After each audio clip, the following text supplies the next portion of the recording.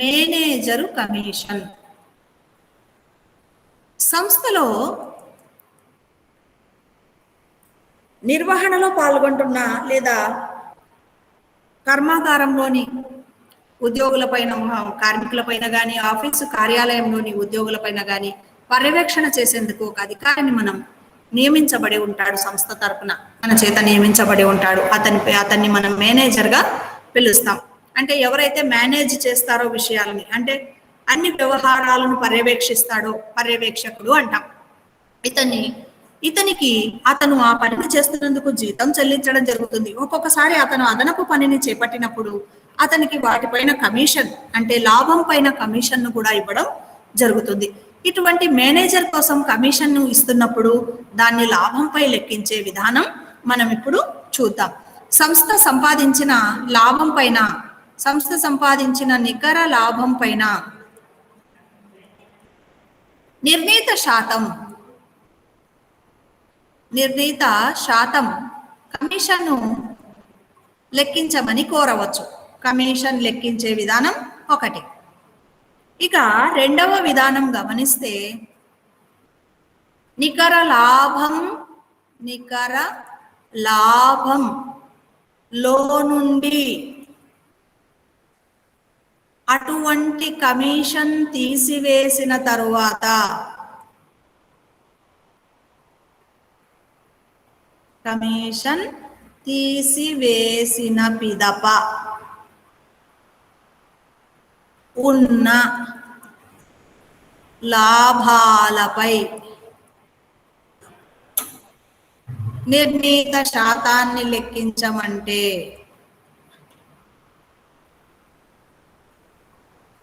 ఇక్కడ రెండు విధానాలు ఉన్నాయి. కాబట్టి మనం జాగ్రత్తగా చదివి అర్థం చేసుకొని ఆ ప్రకారం చేయాల్సి ఉంటుంది. ఇక్కడ మేనేజర్ కమిషన్ గమనిస్తే నికర లాభం పైన లెక్కించమంటే చాలా సులభం. సంస్థలో లాభ నష్టాల ఖాతాను తయారు చేసి ఉంటాం. లాభ నష్టాల ఖాతా చివరి ఫలితంగా నికర లాభం వచ్చి ఉంటుంది. దానిపైన 2% లెక్కించమంటే, ఫర్ ఎగ్జాంపుల్ సంస్థ లాభం 30,000 అనుకుందాం. 30,000 లాభం.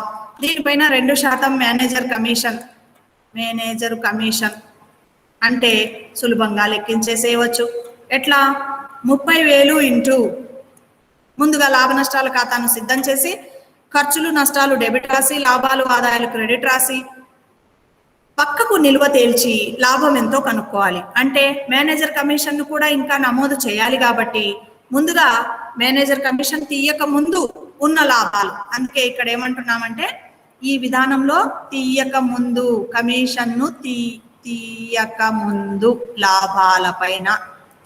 లాభాలపైన లెక్కించమంటే చాలా సులభంగా లెక్కించవచ్చు. తీయక ముందు ఉన్న లాభం ఎంత? ఈ కమిషన్ తీయక ముందు లెక్కించక ముందు 30,000. కాబట్టి 30,000 పైన 2% అంటే 2/100. 2 సున్నాలకు 2 సున్నాలు క్యాన్సల్, 2 సున్నాలు పక్కన ఉన్నాయి, 3 రెంట్ల 6. 600 రూపాయలు మేనేజర్ కమిషన్ను సులభంగా లెక్కించేస్తాం. ఇదే మేనేజర్ కమిషన్ను మనం లెక్కించమని కోరుతూ అటువంటి కమిషన్ను తీసివేసిన తరువాత ఉన్న లాభాల పైన లెక్కించమంటాడు. ఇక్కడ అటువంటి కమిషన్ అంటే అసలు కమిషన్ ఎంతో మనకు తెలియదు. ఆ కమిషన్ ఎంతో తెలియకుండా ఉన్నప్పుడు ఆ కమిషన్ను కనుక లాభం నుండి తీసేస్తే ఇంకా ఎంత లాభం మిగులుతుందో ఆ లాభం పైన లెక్కించమంటాడు. అంటే ఫర్ ఎగ్జాంపుల్ ఇక్కడ 30,000లో నుంచి 600 పోయిన తర్వాత ఎంత ఉంటుంది? 29,400 ఉంటుంది. ఈ సంగతి తెలియదు మనకు. ఇది మాత్రమే తెలుసు. మరి ఇటువంటప్పుడు వాళ్ళు ఏమంటున్నారు? ఈ కమిషన్ ఏదైతే ఉందో ఆ కమిషన్ను లాభం నుండి తీసివేసిన తర్వాత ఎంత మిగులుతుందో దానిపైన కమిషన్ లెక్కించమంటారు, శాతాన్ని. మరి అది అట్లా లెక్కిస్తాం మనం కనుక దానికి మనం ఒక గుర్తును నేర్చుకోవాలి. ఇక్కడ లాభాలు తీయక ముందు తీసిన తర్వాత సంగతిని మనం తెలుసుకోవడానికి 100 అనుకుంటే లాభం, అందులో ఇతని కమిషన్ ఎంత? 2%. అంటే మొదటి విధానంలో లాభం ఎంత ఉంటుంది? 98 ప్లస్ అతని 2% కమిషన్ కలిపితే మొత్తం లాభం ఎంత అవుతుంది? 100. అంటే ఇది తెలుసు మనకు, ఇది తెలుసు కాబట్టి దీన్ని కనుక్కోవచ్చు, లేదా ఈ 2% విలువను కనుగొనవచ్చు. అదే మనకు కమిషన్ కలిసి ఉండి అంటే కమిషన్ తీసేసిన తర్వాత లాభం అంటే అప్పుడు ఎట్లా మనం కనుక్కోవాలి? ఆల్రెడీ ఇందులో 102 ఉందనుకోవాలి. లాభంలో 102లో నుంచి మనం ఏం చేయాల్సి ఉంటుందంటే 2ను తీసివేస్తే ఇప్పుడు ఎంత మిగులుతుంది? 100.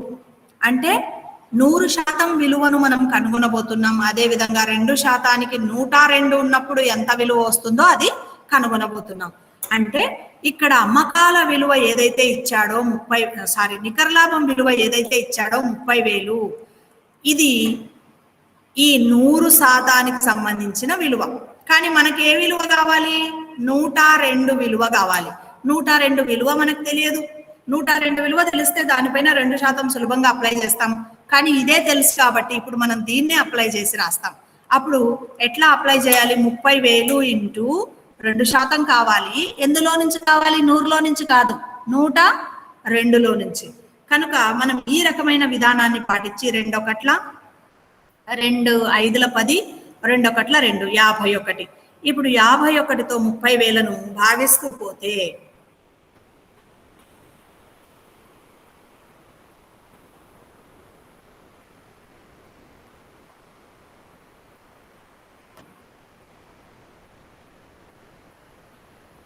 ఇప్పుడు మనం చెవిలో 51 వేసుకొని 30,000ను భాగించి చూద్దాం.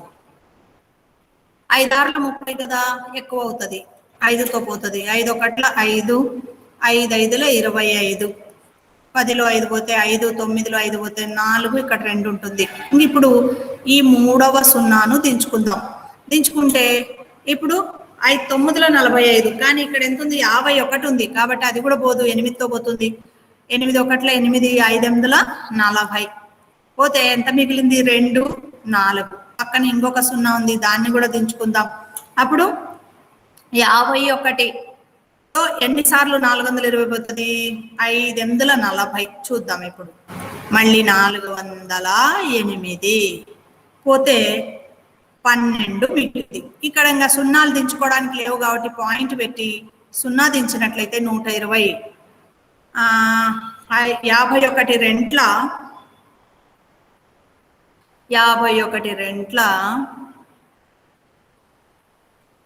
పెన్ను 10, 102, 8 మిగిలింది. మరి ఇంకా పాయింట్ పెట్టేశాం కాబట్టి ఇంకా పెట్టక్కర్లేదు. సున్నా దించితే 1తో పోతుంది. 51, దీంట్లో 9, ఇక్కడ 2 మిగులుతుంది. 29. ఇట్లే చేసుకుంటూ పోవచ్చు. ఎంత వచ్చింది ఇక్కడ? భాగఫలము 588 రూపాయల 21 పైసలు వచ్చింది. ఇంతకు ముందు ఎంత వచ్చింది? మేనేజర్ కమిషన్ 600 వచ్చింది. గమనించండి. కాబట్టి ఇటువంటి కమిషన్ను తీసివేసిన తర్వాత ఉన్న లాభం పైన లెక్కించమంటే అప్పుడు గుర్తుంచుకోండి ఎంత శాతం ఇచ్చాడో. అప్పుడు సూత్రం ఏంది? కమిషన్ ఈజ్ ఈక్వల్ టు శాతం డివైడెడ్ బై 100 ప్లస్ శాతం. ఇది ఫాలో కావాల్సిన నిబంధన. కమిషన్ ఈజ్ ఈక్వల్ టు శాతం డివైడెడ్ బై 100 ప్లస్ శాతం. మామూలుగా కమిషన్ లెక్కించమంటే ఏమని లెక్కిస్తాము? కమిషన్ విలువ ఈజ్ ఈక్వల్ టు ఏ విలువ పైన అయితే లెక్కించబోతున్నామో ఆ విలువ, ఇక్కడ కూడా అంతే, విలువ ఇంటూ శాతం. అంటే శాతం అంటేనే 100, శాతం బై 100. సో ఇది మనం మామూలు పరిస్థితుల్లో లెక్కించేది. ఎప్పుడైతే ఆ శాతాన్ని తీసేసిన తర్వాత ఉన్న దానిపైన లెక్కించమని అడిగాడో అప్పుడు కమిషన్ ఈజ్ ఈక్వల్ టు ఏ విలువ పైన లెక్కిస్తున్నామో ఆ విలువ ఇంటూ శాతం డివైడెడ్ బై 100 ప్లస్ శాతం వేయాల్సి ఉంటుంది. ఇది మేనేజర్ కమిషన్. మరి మనం మరొక క్లాస్లో అన్ని మిగిలిన విషయాలను నేర్చుకుందాం.